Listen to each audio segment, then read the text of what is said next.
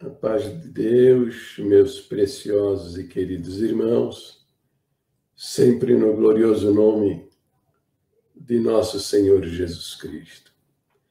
Então, o nosso querido e precioso irmão Edivaldo Oliveira, está raciocinando, está botando a sua cabeça para refletir, para pensar. Diferente dos comentários aí, tempos atrás, que inclusive eu bloqueei por causa disso, são respostas de meia, 2, 3, 5 palavras, idiotadas, sem sentido, só para me contestar. E não copia e cola, copia e cola, sempre fazendo o mesmo argumento. Então, isso aí é tomar o tempo das pessoas e enganar os trouxas,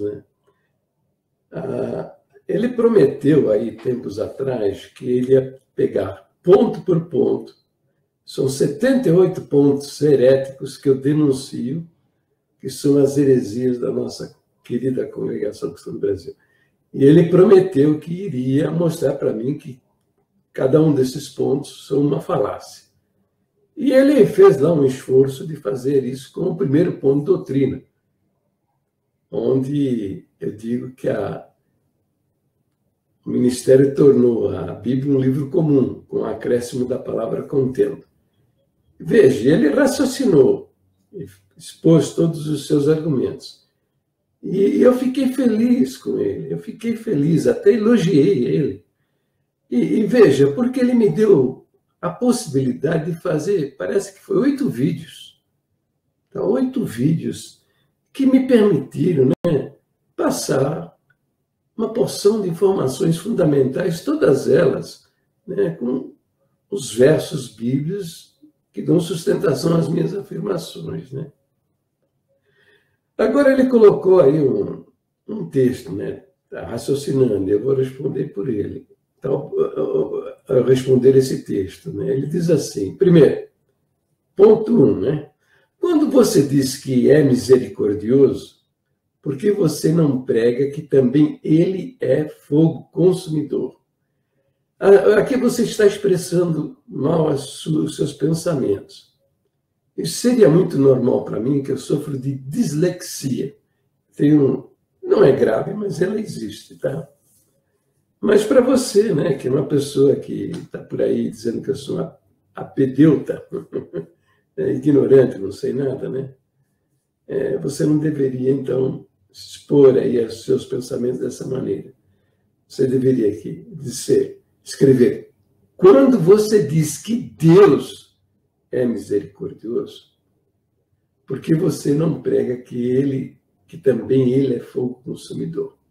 Bom, em primeiro lugar, eu quero lhe dizer o seguinte, a ênfase nos meus vídeos e nos textos que eu escrevo não está na misericórdia. Não está na misericórdia, muito embora eu mencione em alguns lugares a misericórdia de Deus. A ênfase nas minhas manifestações, os vídeos e aquilo que eu escrevo, está na graça de Deus. Porque a graça é muito mais, infinitamente maior do que a misericórdia.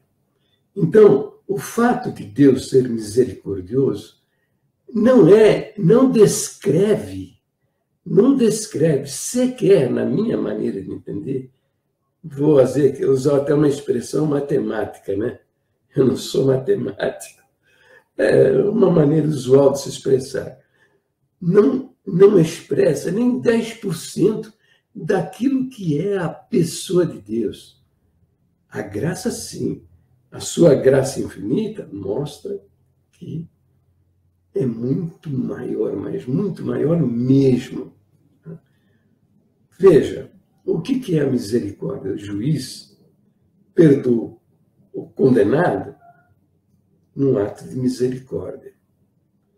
Mas a graça, se o juiz tivesse graça, então, aí seria diferente. Ele faria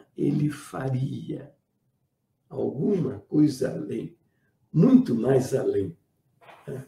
Então, quando Deus é misericordioso com o pecador, né, uma coisa, ele está permitindo perdão.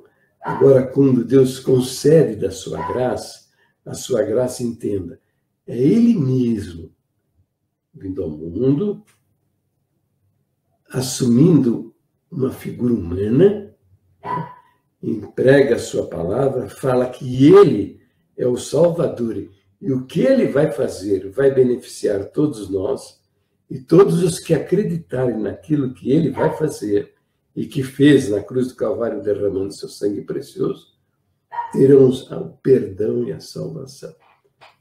Entendeu? Então, a sua primeira frase está muito frágil para descrever a personalidade de Deus. Segundo, você diz, por que você não prega que também Ele é fogo consumidor? Não tem necessidade. Você e toda a nossa querida Irmandade estão ouvindo isso o culto todo, na grande maioria dos cultos, que Deus é um Deus consumidor, que é um Deus cheio de ódio, cheio de ira, cheio de raiva, incapaz de perdoar, que é capaz de dizer, né? Esse Deus que você acredita, né? É capaz de dizer, no seio de uma comunidade que se diz cristã, porque está escrito lá, Congregação Cristã no Brasil, olha que nome lindo. Nós não somos Assembleia de Deus, nós não somos da Igreja Deus e Amor. Não estou condenando estas igrejas, né? Nem me manifestando contra o que acontece nessas igrejas, etc. Mas eu estou fazendo apenas uma análise no que se refere ao nome da igreja. Vou fazer uma pausa por aqui, porque a minha esposa está me chamando. O vídeo anterior teve uma interrupção, eu vou seguir na expressão dos meus pensamentos, né? Somos uma comunidade cristã, está escrito lá, Congregação Cristã no Brasil. Né? Então, de cara, o nosso nome, o nome da nossa igreja, diz que nós somos uma comunidade seguidora do Senhor Jesus. Lá dentro também está escrito em nome do Senhor Jesus, na frente do prédio, do salão, na tribuna também em nome do Senhor Jesus. Né? Então, veja, eu não preciso pregar que Deus é o fogo consumidor, porque você já deve ter visto, né? Muitas vezes que Deus é fogo consumidor e que vai consumir os pecadores e até, presta atenção, até, isso enoja, sabe? Enoja. Eu tenho a impressão que algumas pessoas, tá? Aí, que são milhares que veem os meus vídeos, né?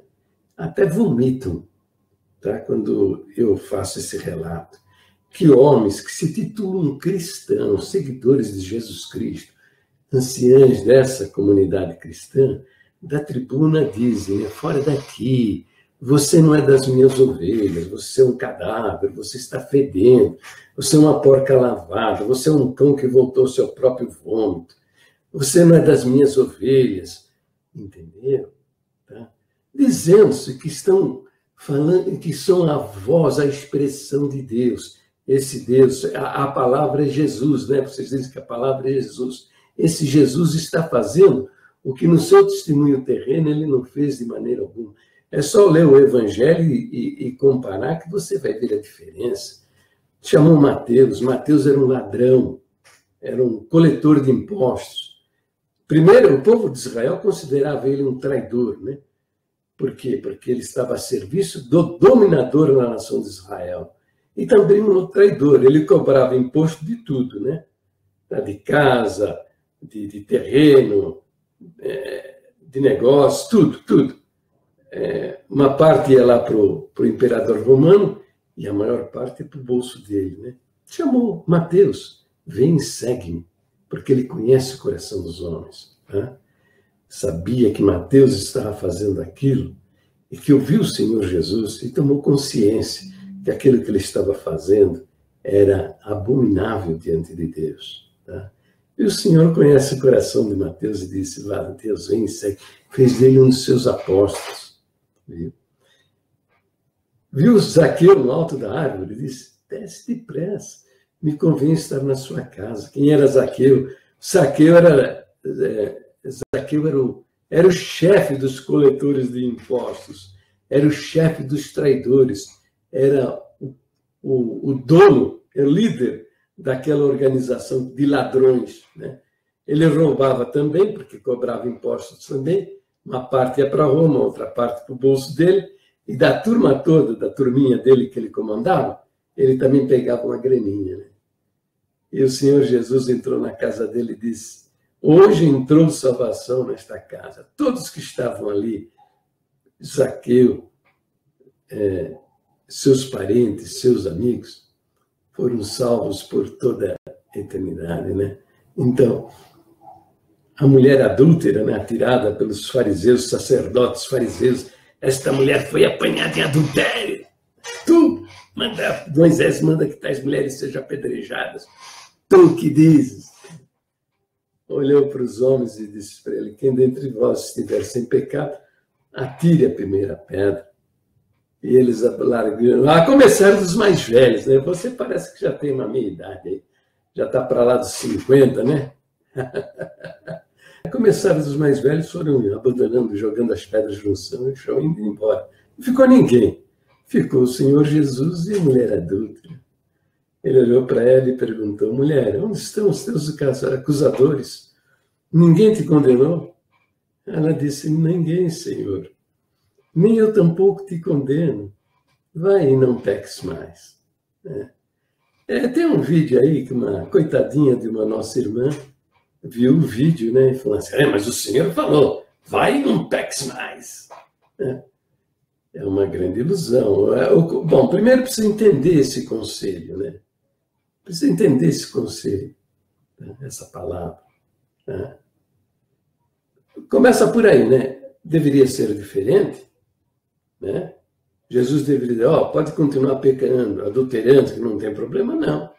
Ele falou a coisa mais lógica possível, né?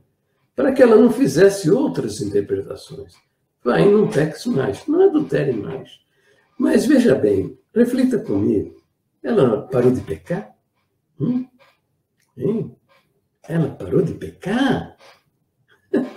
Será?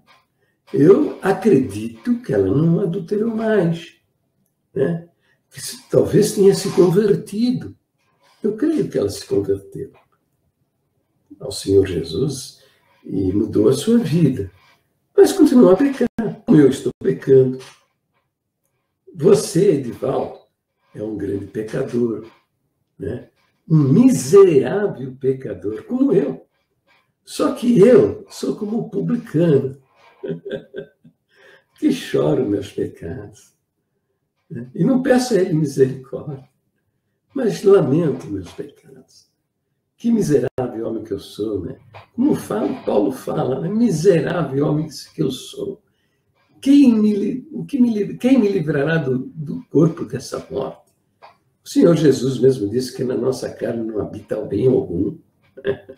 A carne para nada aproveita. Essa carne que nós estamos dentro dela só nos leva ao pecado, à destruição, à morte. E Paulo fala, né, que ele é o maior dos pecadores, o principal dos pecadores. Onde está você, Edivaldo? Onde é que eu estou? Lá para trás. Entender? Estamos mal na presença de Deus. Por isso não confio na minha justiça própria. Ela continuou a pecar, com certeza. Continua ainda com a sua hipocrisia, com a sua mentira. Por quê? Porque nós somos assim, somos miseráveis pecadores. Né? Mas o Senhor amou. O Senhor veio para salvar os pecadores. Não são os justos que necessitam de arrependimento, mas os pecadores. Entendeu? Justos? Existem justos? Onde estão os justos? Você confessa lá na frente que você vai entrar no céu se você for firme e fiel. Não é isso que se faz. E você não sabe, mas a palavra diz, a palavra de Deus diz, que você está se condenando. Pelas tuas palavras, diz a Escritura Sagrada, pelas tuas palavras você será justificado e pelas tuas palavras você será condenado. Entendeu? Vou até citar um verso da Bíblia aqui para você saber. E cada vez que você faz esse testemunho lá na frente, você está trazendo uma sentença sobre si mesmo. Pelas tuas palavras,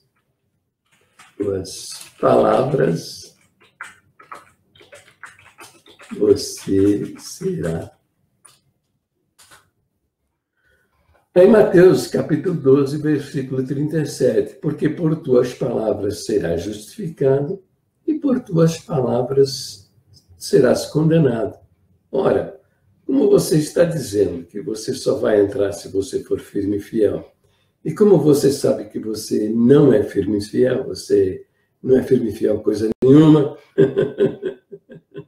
ó, me engana que eu gosto, tá? Você pode enganar essa turma aí que não conhece o que a palavra de Deus ensina.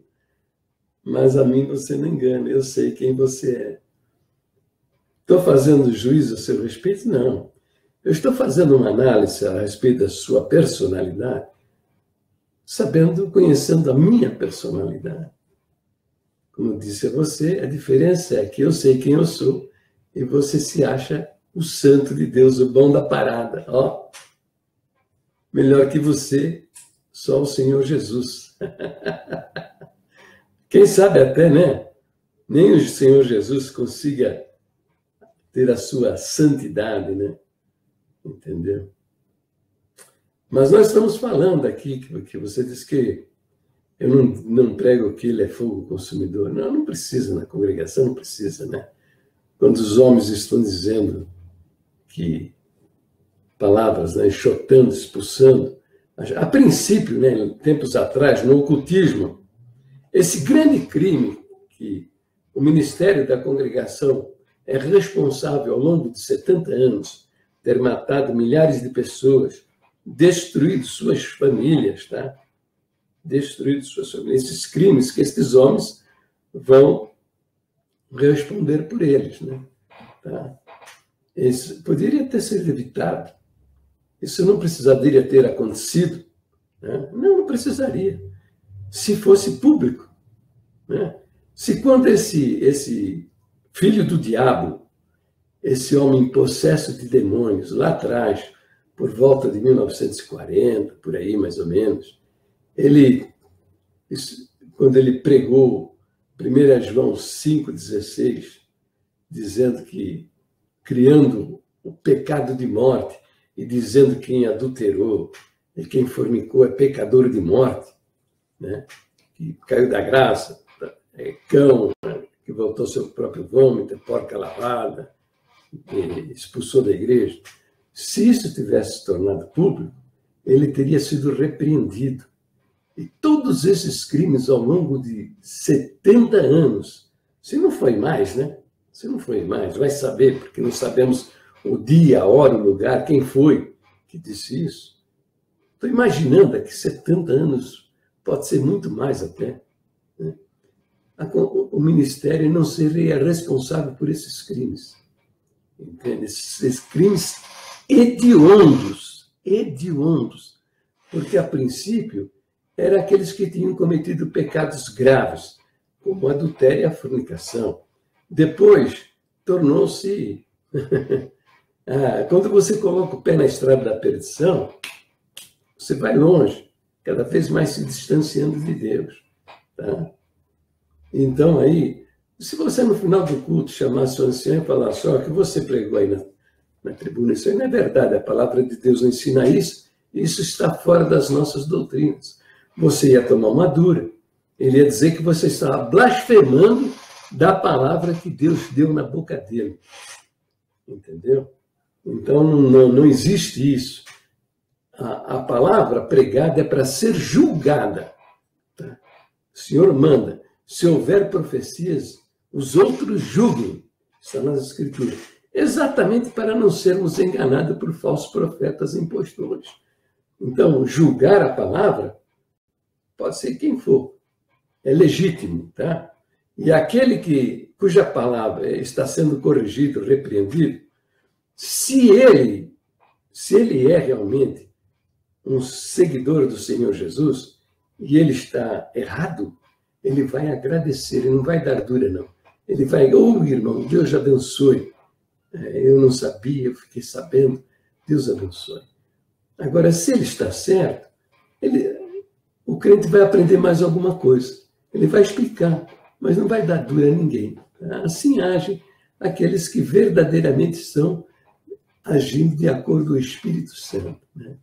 Então está aqui, meu querido Edivaldo Oliveira, está em vídeo explicado, que você menciona que Deus é misericordioso. Eu estou dizendo para você que a misericórdia de Deus, é um nadinha diante da sua infinita graça. Tá?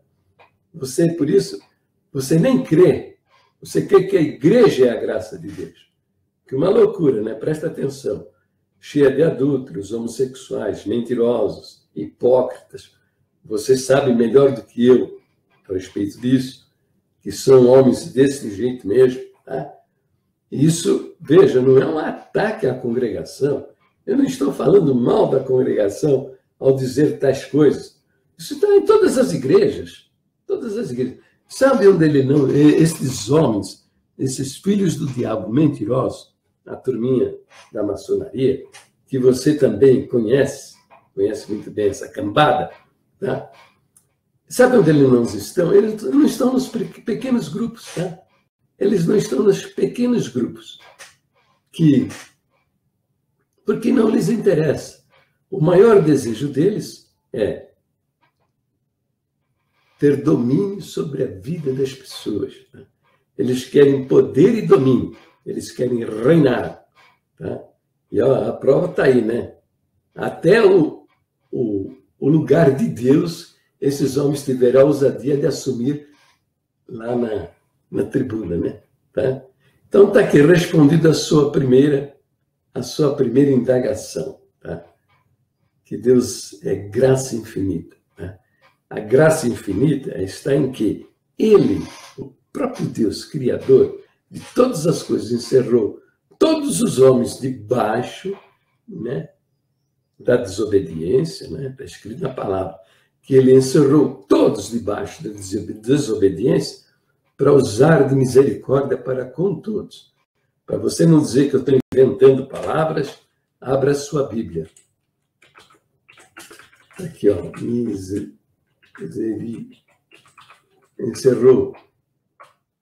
encerrou a todos debaixo do pecado. Aqui, vou ler para você, tá? Vamos procurar aqui. Mas a Escritura, porque Deus encerrou a todos debaixo da desobediência, encerrou a todos debaixo do pecado, para com todos usar de misericórdia. Tá? E ele foi além. Tá? Ele foi além. Ele mostrou a sua graça infinita. Então, o que ele fez? Lá em 1 João, no Evangelho de João, diz, no princípio era o verbo estava com Deus e o verbo era Deus. Verbo quer dizer palavra, expressão, fala. Deus não fez nada com as suas mãos. Ele falou e as coisas aconteceram. Abra o livro de Gênesis, leia lá os primeiros versos do livro de Gênesis.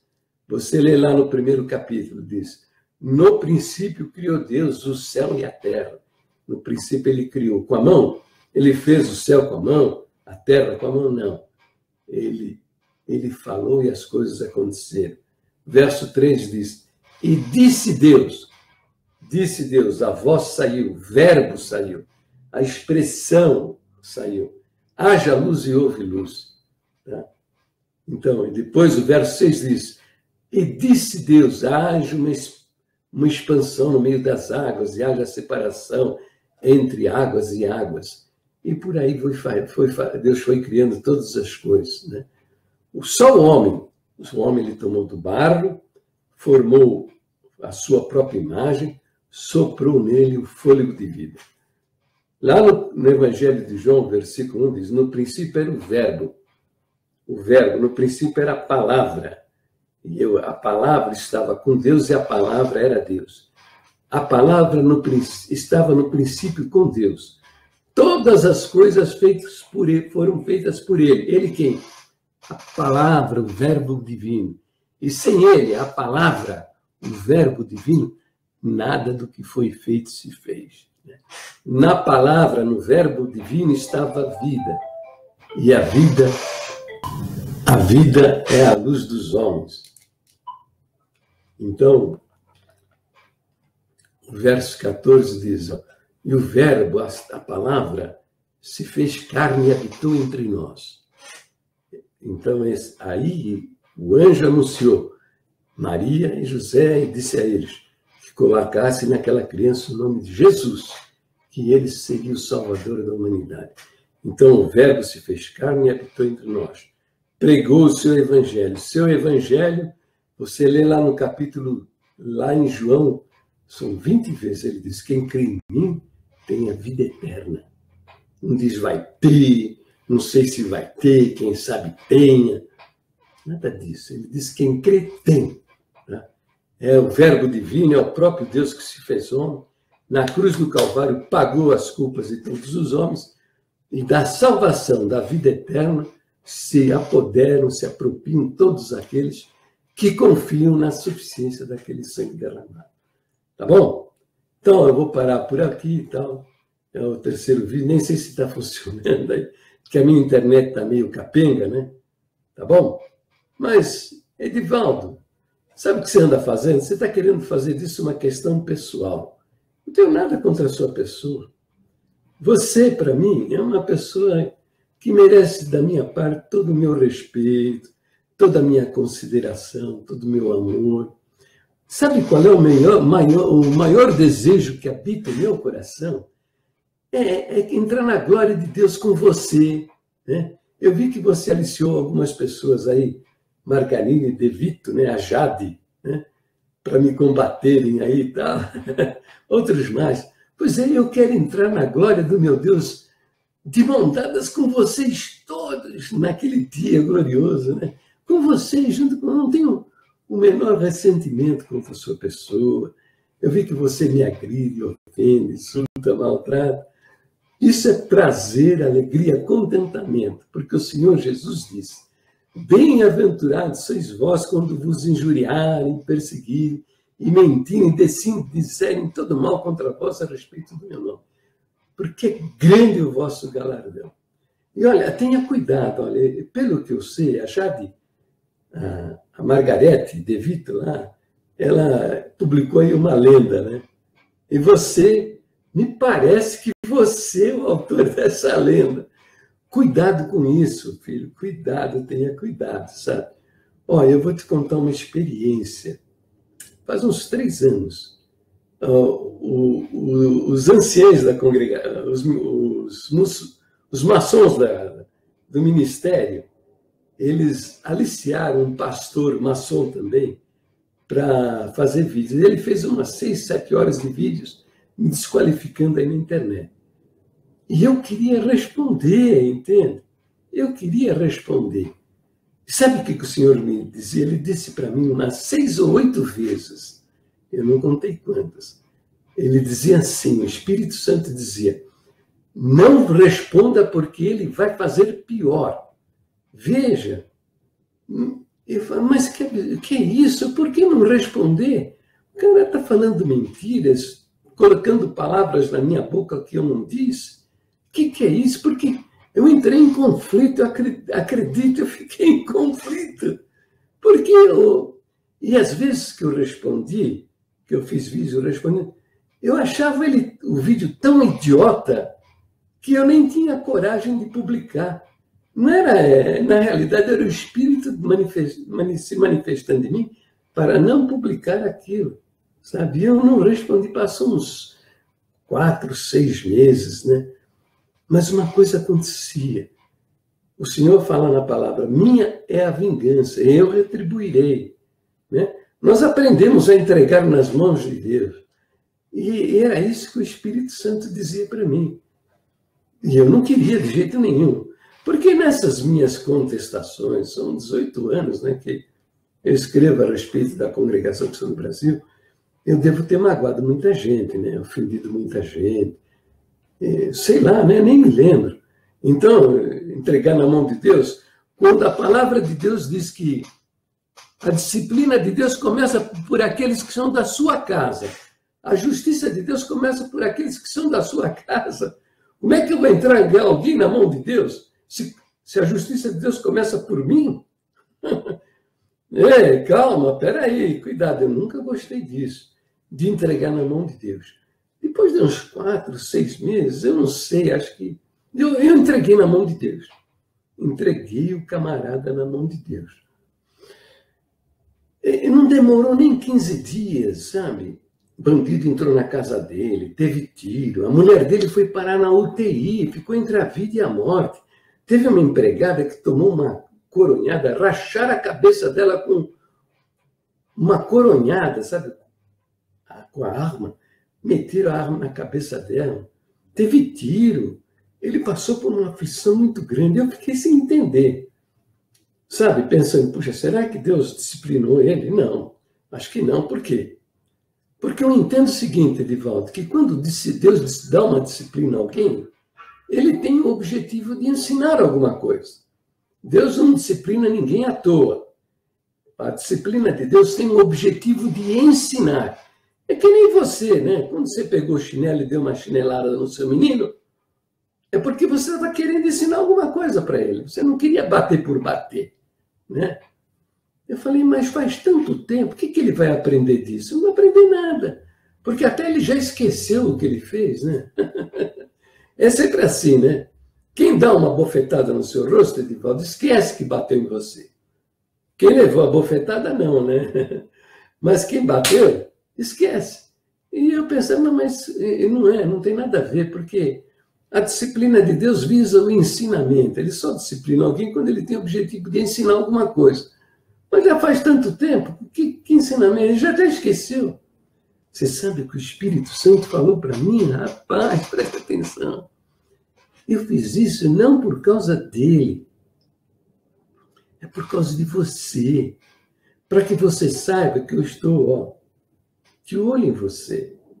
E que quando tocam em você, tocam na menina dos meus olhos. Que mexer com você, mexer comigo. Entendeu? Foi isso que Deus me fez saber. Que não passa batido. Está entendendo? Então, tenha cuidado. Você está inventando uma lenda a meu respeito?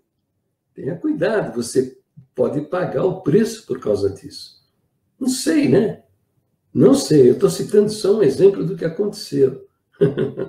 Da minha parte, você pode continuar fazendo lenda, inventando coisas, agredindo, insultando, ofendendo, maltratando, como eu disse a você, nada tenho de pessoal contra a sua pessoa. E essas coisas só me deixam contente e feliz.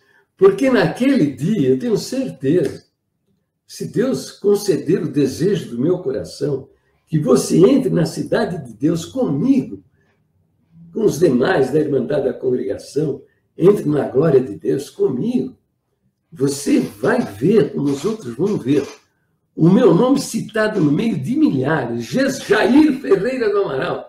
Vem aqui receber a recompensa, o prêmio, tá? Por aquilo que você sofreu lá na terra, no meio dos crentes da Congregação Cristã do Brasil. Às vezes é uma medalhinha de nada, né? Vai ser uma medalhinha assim, eu acredito, é pequenininha. Mas alguma coisa, um reconhecimento feito pelo Senhor Jesus, nossa, para mim é valioso. Ele vai colocar isso no meu peito. Aqui, coisa linda, não é verdade? Fala a verdade. Tem que ficar feliz da vida. Você está entendendo? Então é isso. Esse camarada aí, depois eu fui descobrir. Ele publicou um vídeo viajando lá para... Olha só o que ele foi fazer. Lamber as botas de um ancião maçom. Da igreja deles lá. A igreja deles tinha um camarada que se dizia... ele dizia que ele era o Elias que haveria de vir. A Bíblia fala no Velho Testamento isso. Esse camarada terminou se enforcando. Terminou seus dias se enforcando, fundador dessa igreja. Por quê? Porque no final ele acabou adulterando com uma das profetisas e se enforcou. Coitado, né? Que pena, hein? Pois é, mas foi ele fundador lá. Ele se dizia o Elias que haveria de vir, entende? Sobre a face da terra. E os dois, ele e esse outro parceiro dele, seriam as duas testemunhas do livro de Apocalipse. E lá era um negócio assim, né? Por quê? Porque lá era um negócio assim. A pessoa profetizava, por exemplo, chegava perto de você e dizia: Edivaldo, você é isso, isso, isso, isso. Pronto, aquilo colava. Todo mundo acreditava. É mais ou menos igual a congregação. O sujeito vai lá na tribuna, fala uma besteira qualquer, sem nenhuma fundamentação nas escrituras, pronto. Aquilo cola como se vindo da parte de Deus. E uma mentira se torna verdade na cabeça de milhares de pessoas. Lá também era desse jeito. Só que em vez de usar a tribuna, a profetisa ia lá e dizia.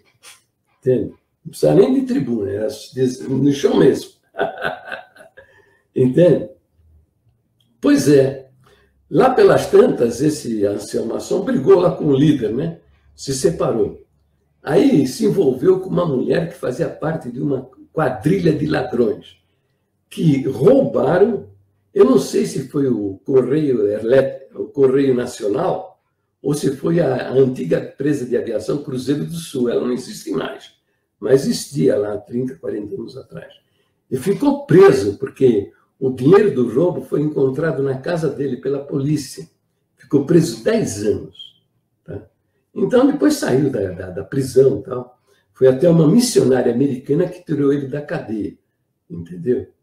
E aí eu vi esse camarada indo lá lamber a bota desse homem aí, que era ancião, era maçom. Ele foi 2 vezes eleito deputado federal pelo governo do estado do Rio, né, do estado da Guanabara.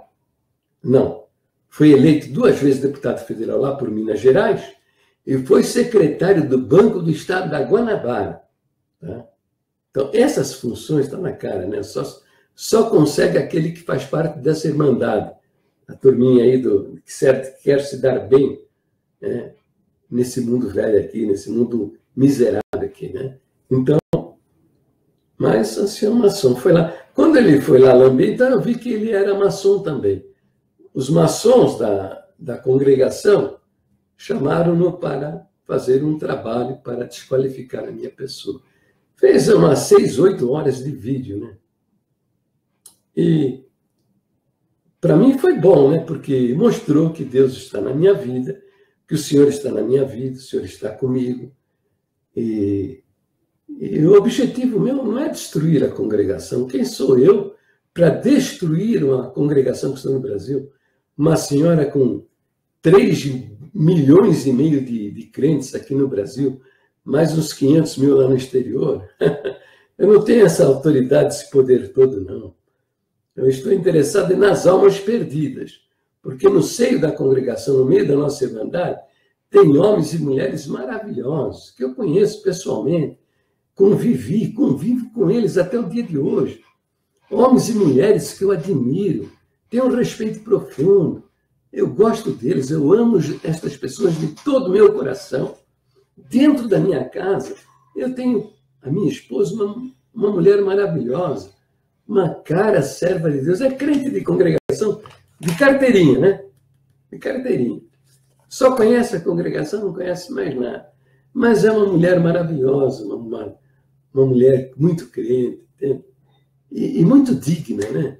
Tenho o maior respeito, o maior carinho. Eu tenho aqui dentro da minha casa, entende? Não sou que nem os anciãos, né? Que publicaram lá em 1961 que as mulheres são instrumentos do diabo para destruir a obra de Deus. Olha só, ensinamento de 1961. Vou até pegar aqui, ó, ensinamento de 1961. Peraí,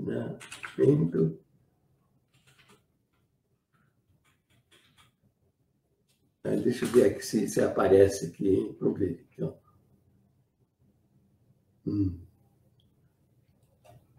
Deixa eu ver se aparece aqui esse ensinamento. Que diz que as mulheres vão usar o órgão, tá? Vão ser excluídas da orquestra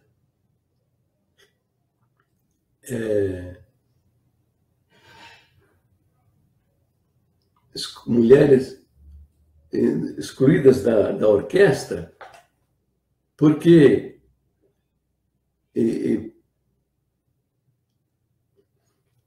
as mulheres vão ser excluídas da orquestra porque para não ter a oportunidade de causar danos à obra de Deus. Deixa eu ver se eu acho aqui. Espera aí, eu vou achar. Eu vou ler direitinho para vocês aí onde é que está esse negócio. Quer ver, ó? Espera aí um pouquinho só. Está aqui, ó. Ensinamento Secreto de 1961. Então, vejo, o ensinamento é anterior, tá? E foi publicado um tópico em 1961, diz assim: o Senhor tem esclarecido aos irmãos anciãos de as excluírem dos conjuntos musicais, a não ser do órgão, ficando assim impedida toda e qualquer oportunidade para o inimigo causar dano à obra de Deus. Então, a mulher, no meio da congregação, é um instrumento do diabo para causar dano à obra de Deus. Entendeu? Então, essa é a maneira de vocês verem a mulher no meio da igreja. Entendeu? Quando não é verdade. Eu tenho aqui no seio, dentro da minha casa, uma mulher maravilhosa, mãe das minhas filhas, sou pai de 4 mulheres maravilhosas, aprenderam com ela, presta atenção, vou repetir outra vez, aprenderam com ela, não foi comigo, tá? Porque esse daqui que vocês veem aqui nesse momento, falando a respeito de tantas coisas, quando ela falava para dar conselho para as minhas filhas, eu ficava de bico calado, tal a sabedoria que uma mulher simples como era a minha esposa é uma mulher muito simples, tá? Mal fez o curso primário, não sabe o que a Bíblia diz, tem dificuldade de compreender da leitura das coisas, tal. Tem uma dificuldade enorme. E eu ficava de bico calado quando ela aconselhava minhas filhas a respeito da vida, do caráter de uma mulher, de como a gente deve agir, como é que a gente deve se responder perante as situações, os eventos que acontecem em nossa vida. Foi ela que formou estas 4 mulheres maravilhosas que mudam completamente o ambiente que elas vivem por causa de suas personalidades, na exposição dos seus pensamentos, dos seus objetivos, daquilo que elas querem e esperam da vida. Eu ficava de bico calado. E ela começava o ensinamento, a sua perolação, usando um argumento que é violento e arrebenta com qualquer um. Ela dizia: olha, eu sou sua mãe e tenho autoridade, obrigação de lhe dizer isso, porque você ficou 9 meses dentro da minha barriga. Entendeu? Então, essa expressão é dizer que a mulher é um instrumento do diabo para destruir a obra de Deus e negar o mais elementar direito, que é uma mulher louvar um instrumento a Deus, um instrumento musical da sua escolha, num culto cristão. Vocês cercearam 2,5 milhões de mulheres desse direito. Aí você vem com essas conversas novas. Vai se converter, rapaz. Vai se arrepender. Nada tenho contra você, sabe? Sua pessoa, para mim, é merecedora do meu respeito, da minha consideração, sabe? Do meu amor. Esteja seguro disso. Você deveria ter a seguinte atitude descrita lá em Efésios capítulo 6, versículo 12. Abra o livro de Efésios e leia o que está escrito lá. Está escrito lá: pela inspiração do Espírito Santo, Paulo anotou, porque não temos que lutar contra a carne e o sangue. Ó, eu sou carne, tá vendo isso aqui, ó? Isso aqui é carne. Aqui dentro corre sangue, tá? Ó, as veias aqui, ó, corre sangue. Porque não temos que lutar contra a carne e o sangue. Você é carne, você é sangue. Tá? Por isso eu não tenho que escrever nada, lutar contra você. Você, para mim, é uma pessoa que merece o meu respeito e a minha consideração. E o verso continua dizendo, mas sim contra os principados, contra as potestades, contra os príncipes das trevas deste século, contra as hostes espirituais da maldade nos lugares celestiais. Está em Efésios, capítulo 6, versículo 12. Abra a sua Bíblia, leia lá. Você combate a carne e o sangue. É o tempo todo vocês preocupados comigo, com as minhas manifestações. E eu nem me preocupo com vocês. Eu sou carne e sangue, você é carne e sangue. Mas a congregação é um poderio, é uma potestade, é um poderio e é um principado. E é uma organização dominadora com 3,5 milhões de almas no Brasil e uns 500 mil no exterior. Qual o grande problema? É o seguinte, primeiro, mataram milhares de pessoas, as que não mataram destruíram também suas famílias, tá? E isso aí nada tem a ver com o cristianismo. Não é que eu estou dizendo aqui que o sujeito adulterou, né, tem que ser perdoado, aceito na igreja, ser ancião. Nada disso. Estou dizendo o seguinte, adulterou, precisa ser disciplinado pela igreja. Fornicou, disciplina nele. Cometeu alguma ação ilícita, disciplina. Mas no dia seguinte, já disse em vários vídeos, o ministério deve ir à casa dessa pessoa e dizer a ele que nada está perdido. E se ele se arrepender, ele tem possibilidade de perdão e alcançar a sua salvação. Não fazer o que esses homens fazem. Vamos para o vídeo por aqui, né? Já fui muito longe, né? Tá? Então, só vou ler aqui agora o ensinamento que saiu em 2016. Está lá na lista secretas. Eu digo que isso aí é uma confissão sem vergonha de que mataram durante 70 anos milhares de pessoas e destruíram sua família. É uma confissão sem vergonha. Por quê? Porque esse ensinamento deveria estar em circular para todo mundo tomar conhecimento. E ainda continua embutido em listas secretas. Tem um ancião que é inteligente, raciocina, entende e vai pôr em prática em sua vida. Não, mas a grande maioria é estúpida, idiotada, é analfabeta, não sabe ler, nem vai prestar atenção nisso e vai continuar matando. Então eu vou ler aqui para vocês. Tópico 33 de 2016 diz, pecado. Não consta na Escritura a expressão pecado de morte. Na primeira epístola do apóstolo João, capítulo 15, versículo 16 e 17, está escrito, há pecado para a morte, e há pecado que não é para a morte. Afirmar que alguém pecou para a morte, ou dizer que aquele irmão pecou de morte, isso não nos pertence a afirmar, pois somente o Senhor sabe se a pessoa cometeu pecado para a morte ou não. Quem assim afirma, põe-se no lugar de juiz, porém o Senhor Jesus Cristo foi por Deus desconstituído, juiz dos vivos e dos mortos. Quanto à disciplina da igreja, cabe o ministério julgar. Claro, cometeu alguma coisa ilícita? Disciplina nele. Mas devemos dizer sempre a esta pessoa que nada está perdido e que ela pode, mediante o seu arrependimento, alcançar da parte de Deus o perdão e a salvação. Tá bom? Ó, paro por aqui que já está longo esse vídeo, né? Edivaldo, você vê, né? Uma partezinha só, eu já me alonguei, né? Ainda tem mais, né? O seu texto é longo, tem muita coisa para dizer, mas eu paro por aqui, tá bom? Fica com Deus, Deus abençoe.